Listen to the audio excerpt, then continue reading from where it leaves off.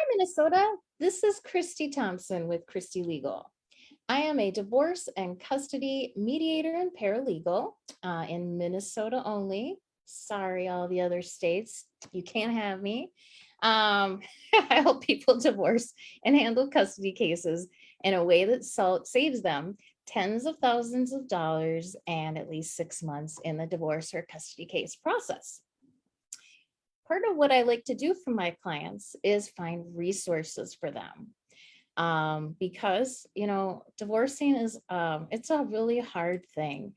I personally have not been through divorce. I am widowed. I used to think that being widowed was like the worst thing that could ever happen. And then I started working in divorce. So I realized that there's a lot of different things people who are divorcing need. And one of them is counseling or some other therapies that might work to improve your mental health during this time of great transition. So I have, started, having partnerships with different counselors and researching different alternative therapies. And then I was reading on the Facebook page of one of my friends, Pernell, and I found out she does something called neurofeedback that helps some people's mental health. So she is going to talk to you about it. And thank you very much for being here, Pernell. And just please start telling us all about you and what you do. Well, thank you so much, Christy, for this opportunity to talk about neurofeedback and the work that I do. So let's see, where to begin? Well, I was originally trained in local food systems and organic agriculture. And then about 20 years ago, a little over 20 years ago, I gave up my career and became a stay-home mom. My former partner and I adopted and fostered 8 kids from foster care. And so during that time, I felt like it was really important for me to understand different challenges kids were struggling with, and learned a lot about mental health care and different resources and ways of helping people get through things that they were struggling with. But it wasn't until just about 5 years ago, I think, that I finally heard of neurofeedback. So one of my children was struggling quite a bit, and a social worker suggested that I check it out. And so I did, and was really impressed from an initial look at what the results could be and how much it could help people. So I thought, okay, let's try this. But then when I called the provider in Rochester, I found the waiting list was a year long. So that was discouraging, to say the least. I ended up getting one of my other kids on that list because the one who was struggling the most at the time was not going to be benefiting from it for a variety of reasons. So we got the other child on the list. They went through it, found some pretty good results. After the end of that period of time, they were able to finally get the treatment they were looking for. And so that further convinced me that this was something that was a good thing. Was pretty much just at that point, was just like, this is a really good thing. But around that same time, I ended up starting to go through my own divorce. So very empathetic for those of you out there who are struggling with divorce. My divorce, as is pretty much all divorce, it was very painful, very messy. I hadn't really anticipated doing anything with my life other than being a stay-at-home mom again.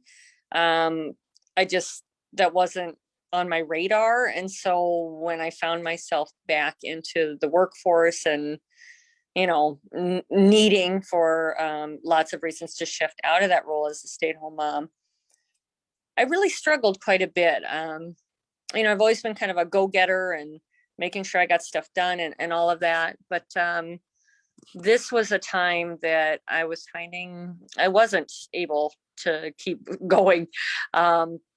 In fact, I found that I was in bed a lot more than I would have wanted. I wasn't super functional. Just really struggling, the depression, the anxiety, the kind of driftlessness that I was experiencing after the divorce was just hitting me hard. So I started thinking about neurofeedback again for myself. But by this point, the waiting list for the providers in Rochester had grown even longer. And also my kids were struggling. They struggle with a variety of things because of the foster care situation, but divorce, is difficult for all kids. So my kids were also struggling. And I think there was a bit of a sense of desperation that was settling in on me of like, we have to do something to start getting better, because if we don't, this is not the direction I want to be heading in my life. I don't want to be lying in bed, depressed. So I determined that I was going to learn about neurofeedback, because the more research I did, the more impressed I was with the technology and the capacity to be really profoundly to create profound change in people's lives. And that's exactly what I needed, was some pretty serious change.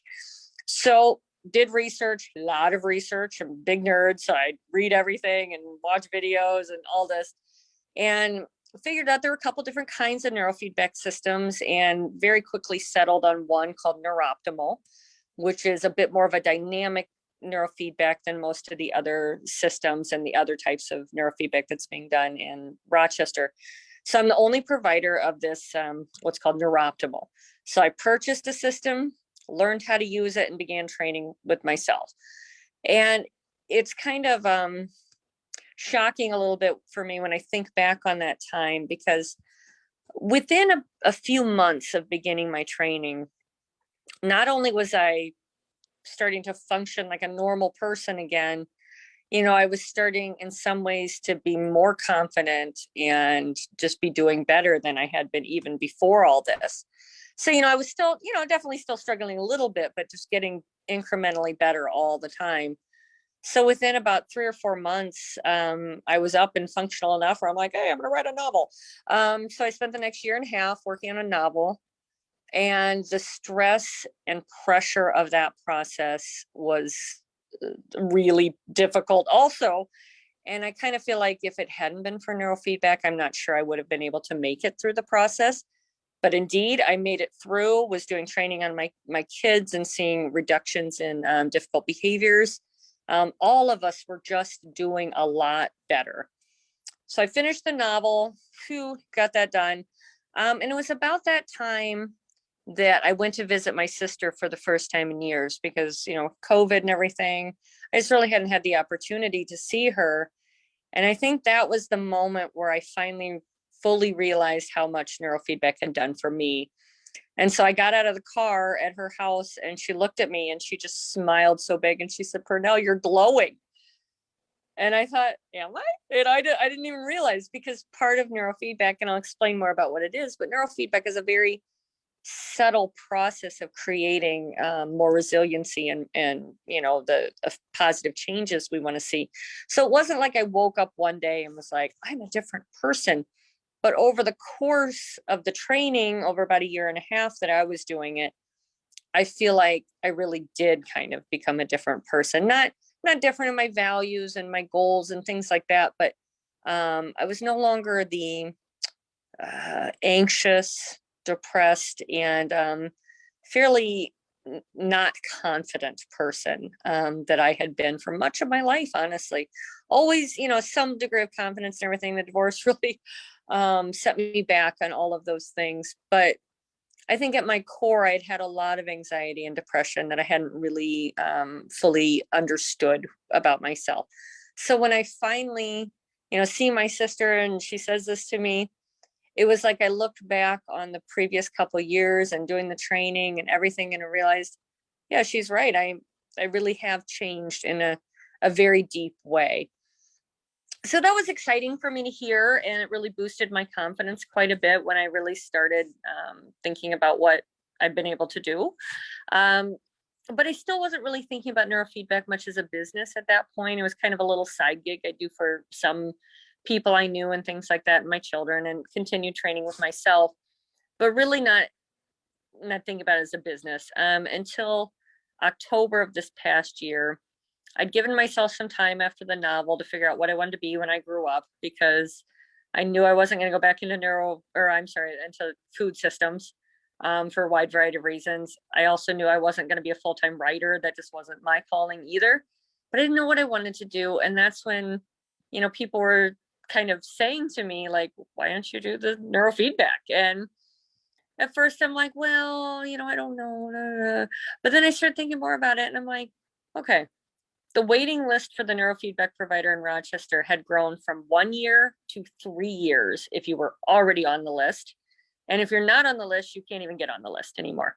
So I thought there's a lot of demand for this. And post COVID, a lot of us are very stressed out with a lot of things, changes that have happened, things that are going on in the world, in addition to things in our personal lives like divorce or challenges with children or different things like that. Our own issues, we can struggle with already that are being exacerbated by current events and COVID and everything else.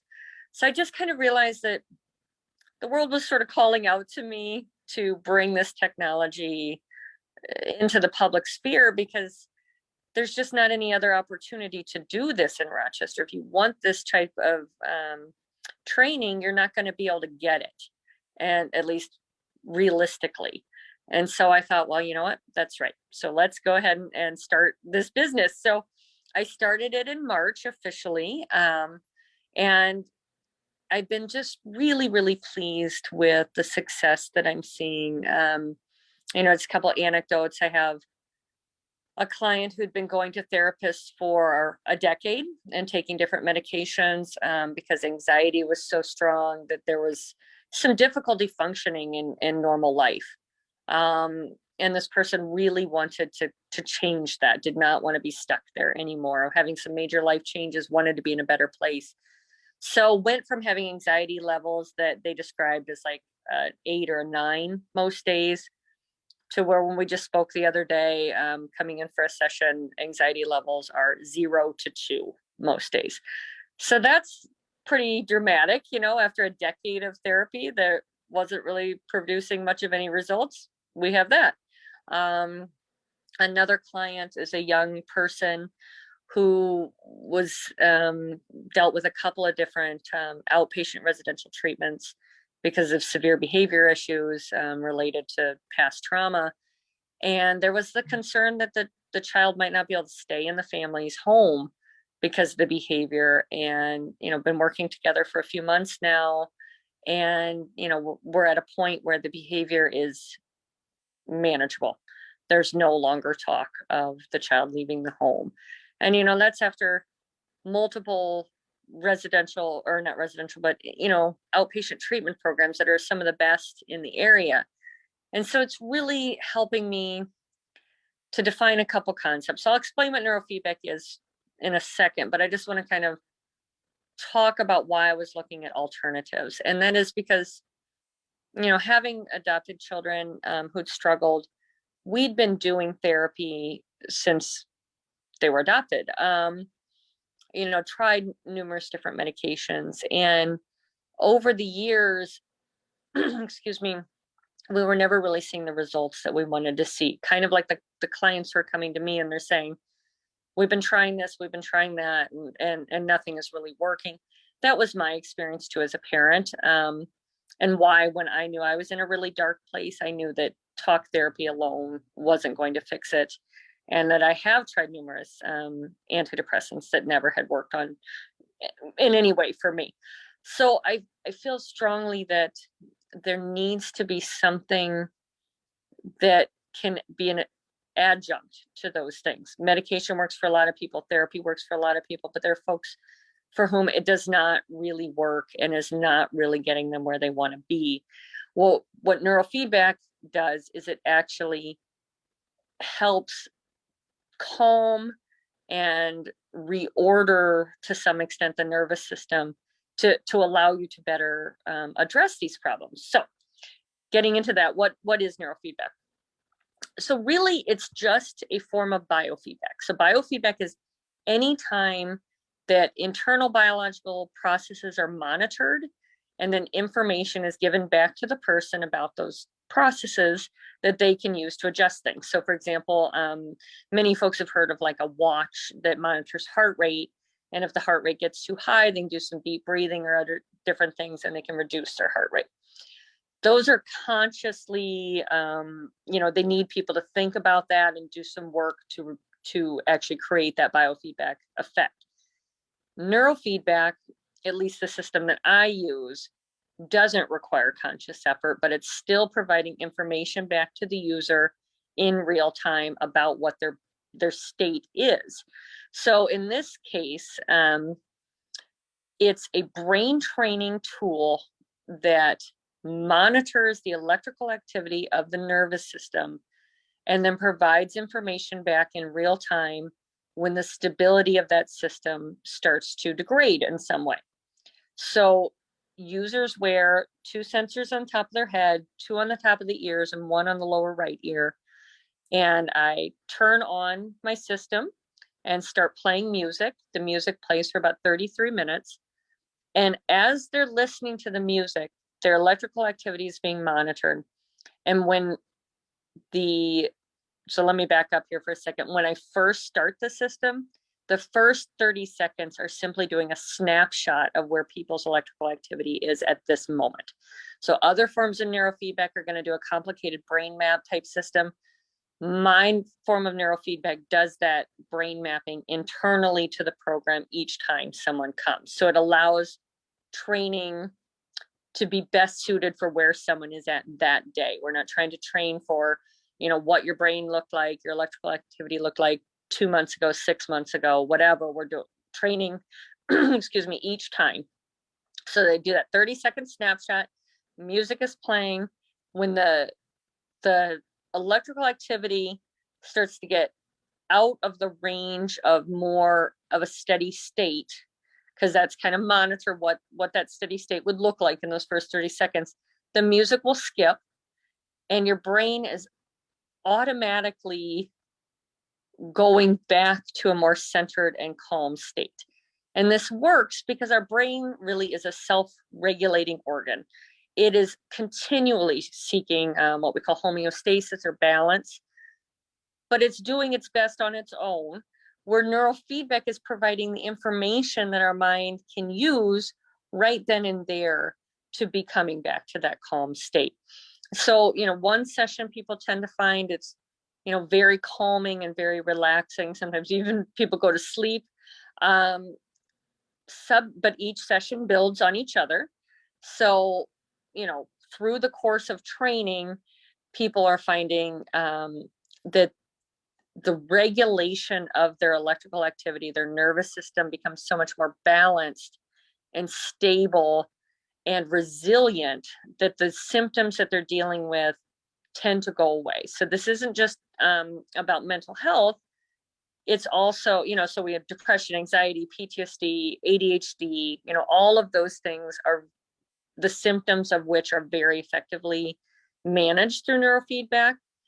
But it's also other conditions in the neurological system. For example, epilepsy. Often people can find reduction in their,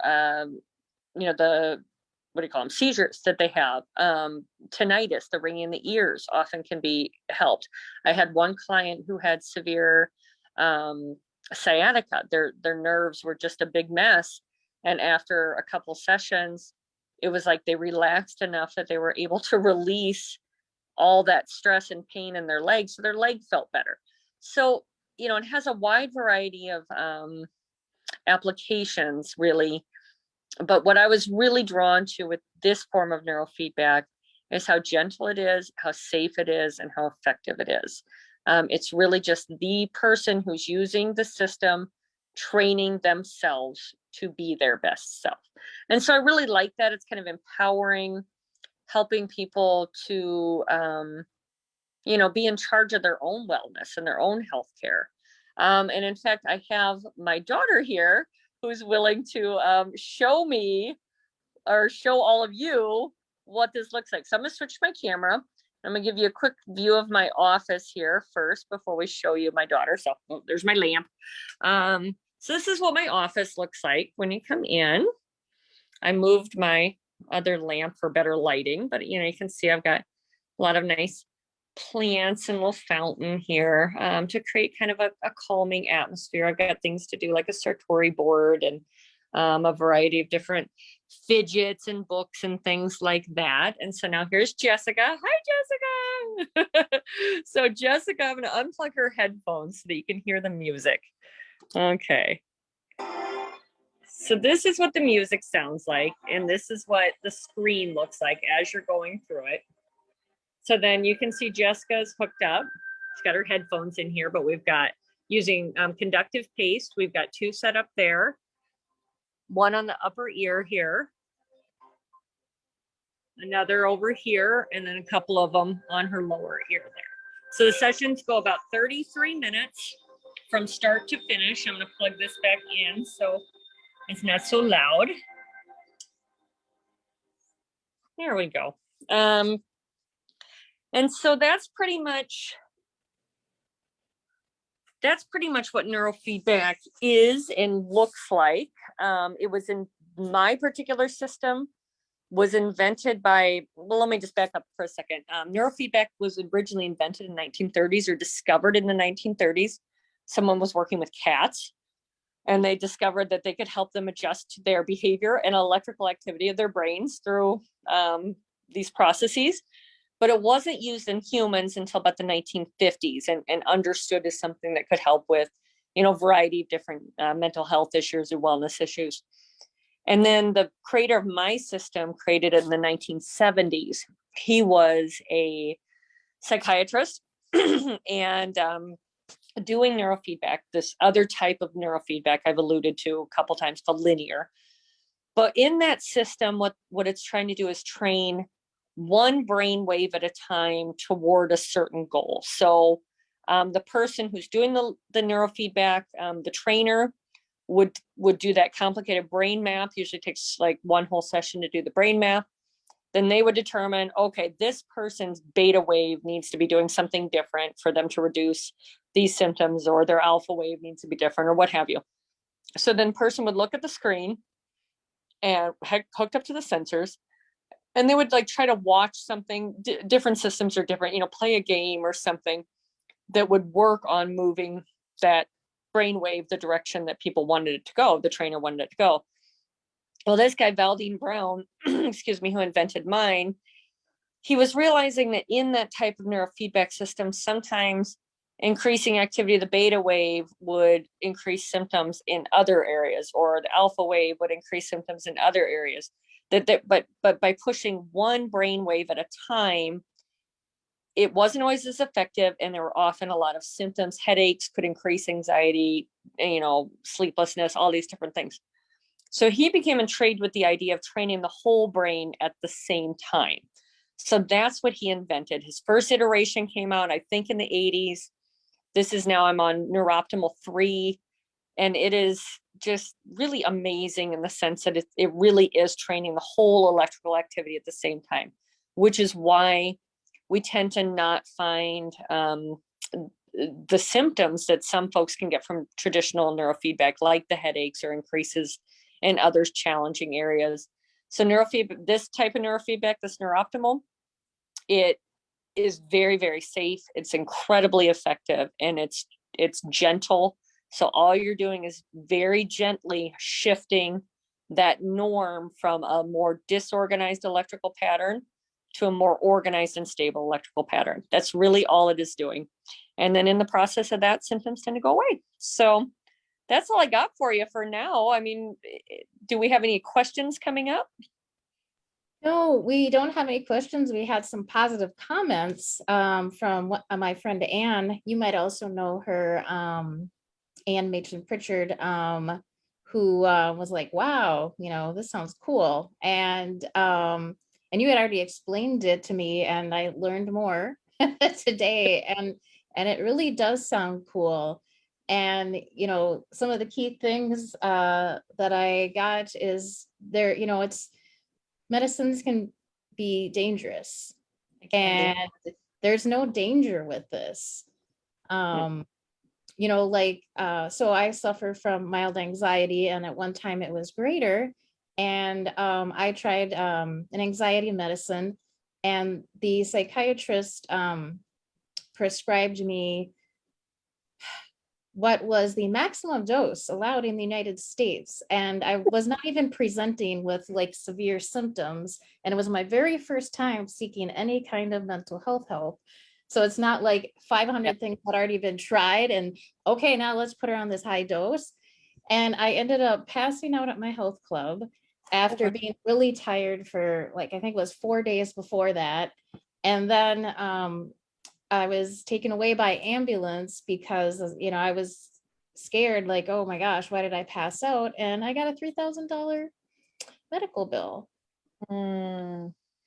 So I'm glad you Medicaid. brought that up, and I'm so sorry that happened to you. And I think your experience is so much more common than maybe we realize. That reminded me of an issue that we struggle with in our family. My one son has severe ADHD, like really intense ADHD. And his doctor kept wanting me to put him on meds. Well, I'm not in general a big med person. I'm not opposed to it, not at all. But, he's a little kid. I kind of wanted to work through some other stuff first, but finally I was worn down. I'm like, okay, put him on the meds. My child had never been violent, never been aggressive. We had the most severe violent outbreak that I think I've had with any of my kids, which is really saying something. After he started taking this medication, I mean, I was just shocked at the level of violence that was coming out of his mouth. The violence was being directed towards me. We stopped the medicine, stopped the behavior. But that's the kind of thing people are experiencing, is like what you went through with your fairly dangerous situation. And why did they prescribe you the maximum dose right out of the chute? That literally makes no sense. And the same thing for my kid. I don't think the dose was necessarily too high. It just wasn't a good fit, the medication. And it's kind of scary when you get these meds and you don't know how they're going to affect you. And are they going to create symptoms in other ways? Or like for me, dealing with depression, it'd be like, okay, here's a new bottle, let's take some pills for, and, X number of weeks. I'm not feeling any different. I'm not feeling any better. And so there's a sense of hopelessness, I think, that can set in sometimes with folks whose medications are not working. And it's a lot more common that they don't work than people, I think, often realize. So I'm glad you brought that up. Yeah, and it's not that I'm anti-medication either, because, there some people definitely need medications. Right. And they can be life changing. Yeah, I mean, I know a lot of people who definitely benefit from medications, and I know some people who should be on medications. And but like not everybody needs medication. Like I'm good and I'm Right. not on Right. medication. I went to counseling. Um and and there, yeah, I'm not the only one who's experienced something, with the medications where it was like, oh man. Right. Um but yeah, I mean, I love psychiatrists, they Mhm. definitely serve a purpose. So everybody knows that. Well, and the same with therapists, I'm not anti-therapist. I have my own therapist who I love, and provides a great sounding board for me sometimes. But through my journey of, you know, 8 children, countless therapists, we found some were just downright toxic. I mean, some were great, amazing. I love them. Some were toxic. And then there were a whole bunch of them who just didn't really help much one way or the other, especially a lot of people who've been through trauma have virtually little, no interest in talking about their trauma. It's re-traumatizing to talk about their trauma. They don't want to. And I have another client right now who's struggling with some stuff in her marriage, and it's very personal. She doesn't want to talk to me about it. She just wants to help herself get calmer and feel better and be less stressed out. And I like that that's an option. So, for those who have good therapists or have found them, they're worth their weight in gold. Keep them, whatever. If your medication is working, keep your medication, for goodness sakes. But if you're finding that you're either not interested in those things or you've tried them and they're not giving you the results you want, I very much would encourage you to consider something like neurofeedback. There's also some other things called EMDR. It's an eye movement reprocessing kind of thing that some therapists do, that I think some of these kind of things can have a physical change on our brains. And I was just explaining this to my daughter before we started. our neurological pathways become very well worn over time. So if your response is to, do this thing when this happens, and you don't want to do that thing anymore, but you can't seem to stop or change, that's because your neurological system is just going through that pathway over and over again. And so it's really helpful to figure out ways to physically change the ease with which you keep going down that same road you don't want to, where neurofeedback can help just by relaxing your nervous system. It helps make it so much easier to make the changes we want to make, instead of sitting there being upset with ourselves that, like myself, when I was going through that major bout of depression, I was mad at myself that I was in bed. I was mad that I wasn't as functional as I want to be. I mean, I've always been a bit of an overachiever. So I'm like, what is going on here? But being mad and wanting to do different had almost no effect on actually doing different. What made the difference was doing something that physically helped relax my neurological system. So, and I think we spend a lot of time self-shaming. We should be doing this, we should be doing that, we shouldn't, da da da. But I think, it's harder to do our best than we wish it were. And many of us don't have a lot of support system or, opportunities to be doing all the different things we'd like to be doing. Or it's just emotionally, if you're drained and you're depressed, getting up and doing yoga is probably not something most people are going to do.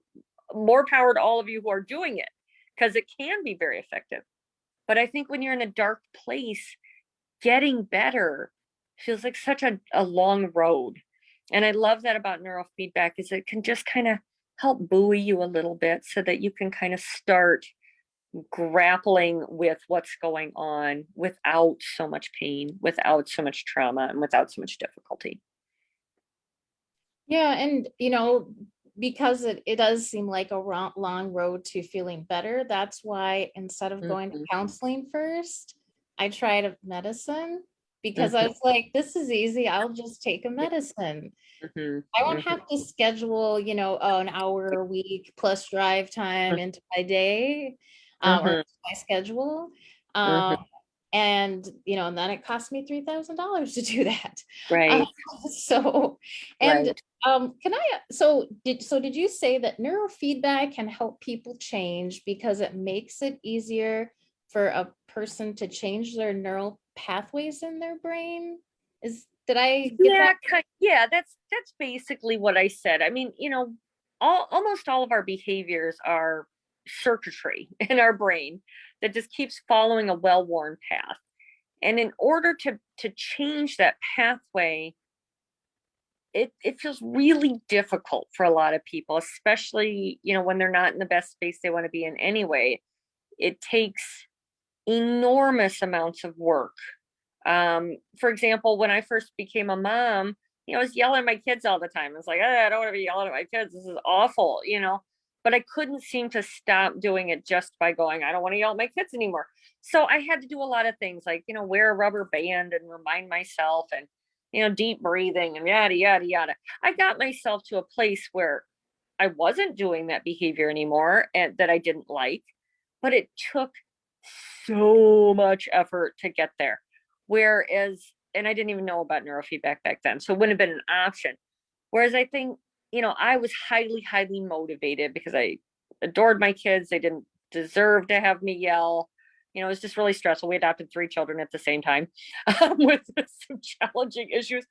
And it really pushed me to my limits. And so, but they didn't deserve to have a parent who was upset. So I had to do all that work kind of on my own to get myself into a better place. And it was almost like I could feel the neurological pathways like chugging along in there. So now I've got a nice well-worn path that doesn't yell. So that's an easy path to follow. But in the beginning of trying to do that work, I had almost just like force myself to start creating new pathways and to create new behaviors. And that is just not easy to do, particularly if you're under stress from other things and, you know, eh, other challenges that are there. Whereas neurofeedback can actually, by calming yourself down, it creates the opportunity for you to create those new pathways. So it's not creating the pathways, but the calmness that you experience allows the space to create those new pathways. Does that make sense? And then the other thing I want to say about that quickly was that it's important for folks to remember that the changes that get made with neurofeedback are permanent. You do not, do neurofeedback and then your brain goes back to that other state that it had been. Each session builds on itself and you get more resilient and calm and flexible each time you do it. And then that's a permanent change. It doesn't mean you're never going to get stressed out again and maybe need to do more neurofeedback or other type of coping skills. But it's not like a medication. When you stop doing it, it all goes away. What training you've done stays with you for the rest of your life. Kind of like a college degree. Yes, College exactly. degree or, whatever education. Mm-hmm. And so my friend Anne said, meds are not a one fit solution for everybody. Yeah. So you and I aren't the only people who think that. Yeah, no, I agree. And I'm getting folks coming to me who are, I'm not anti-med. I'm just skeptical that they work as well as sometimes it's projected. But there are folks who are coming to me who are very anti-med. They don't want meds at all. And I respect that. And if you're one of those persons who doesn't want to do meds, have tried them, maybe had bad side effects or different things, neurofeedback is absolutely something they should be trying. And kudos for adopting children. I mean, I just have to say that. To me, it's hard enough to parent my own kids, and I created them, and so it's like I'm kind of at fault. So wow, kudos to you. Well, thank you. Well, I love my babies, and honestly, those kids, they saved me, not the other way around. So, yeah. Oh. And then, so you said that there's a big waiting list in Rochester. Do you know if there's a large waiting list in Twin Cities neurofeedback providers? That's an excellent question. I have not explored what's going on in the Twin Cities at all. I know in the Rochester area, we have 2 providers now, aside from me. Both of them have crazy long waiting lists. I do believe that in cities, there may be only one other provider doing the type of neurofeedback, which I do, called the neuroptimal. And I've become a little tiny bit snobbish. I think all neurofeedback is good. I think neuroptimal is so much safer and more gentle and superior in terms of results people are looking for often. That I would encourage most people to check out that type of neurofeedback first. See if there's a waiting list for that. And if you want to do other types of neurofeedback, it's not bad. And in fact, people can see amazing results. One of my children did it and had good results. It's just, you've got to make sure that provider knows what they're doing, because you don't have to have a license to do neurofeedback in Minnesota. So theoretically, I could have just bought one of these other types of systems and started doing it with no training. I don't know of anyone in the cities who is like that. I'm not disparaging any neurofeedback providers, but I would just encourage, if you're going to do that type of neurofeedback where it does the brain map and it's the linear where you have to, move the dial or what have you, you just do some checking and making sure that provider is, pretty solid, has been doing it a while. But my guess is, because the cities is so big, I can't imagine there's the waiting list the way there are here. So I definitely would encourage people to check it out if they have the opportunity. And, if people want to drive to Rochester and they would like to use your service, they are more than welcome to do that, right? Absolutely. Yeah. I would not turn anyone away from anywhere. Yeah. And I don't have a waiting list because we're a new business. So we have a lot of appointment times and a lot of availability, and I can be flexible with even doing weekend and evening appointments. And you said that you had a special offer for people who view, your presentation. What is that? Well, I was doing a grand opening special with free sessions in the beginning, but I kind of had stopped doing that. But I thought, why not anyone who is watching this Christy Legal video, we'll go ahead and offer another free first session for them also. Awesome. Thank you very much. And, Twin Cities folks, Rochester is only like, an hour and a half to 2 hours away from where you are. And if you can get in a lot sooner, wouldn't you drive 2 hours each way, right? Right. Because, when we are feeling bad, we want to not feel bad as soon as possible. And that actually loops right back into my services for a second, because when you mediate, instead of going through a terrible long court process, the process is going to be at least 6 months shorter, because we want to help you get out of your uncomfortable, maybe even painful, physically and mentally place sooner rather than later. And Pernell's contact information will be in the video post shortly. And so Pernell has, the offer she just gave for a free session. And I bet that if you just wanted to talk to her on the phone, she would probably do a free initial consultation. Yes. And and Christy Legal also provides free initial consultations on the phone or Zoom. So if you have any questions for us, please email us or call us. And I just found this to be so informative. And Pernell is like an amazing public speaker, like I never imagined. I felt like I was in like a classroom, like in college science class. So thank you so much, Pernell. Thank you, Christy. I really appreciate that. All right. Well, everyone, you all have a good night. Yep. Have a great night, Minnesota.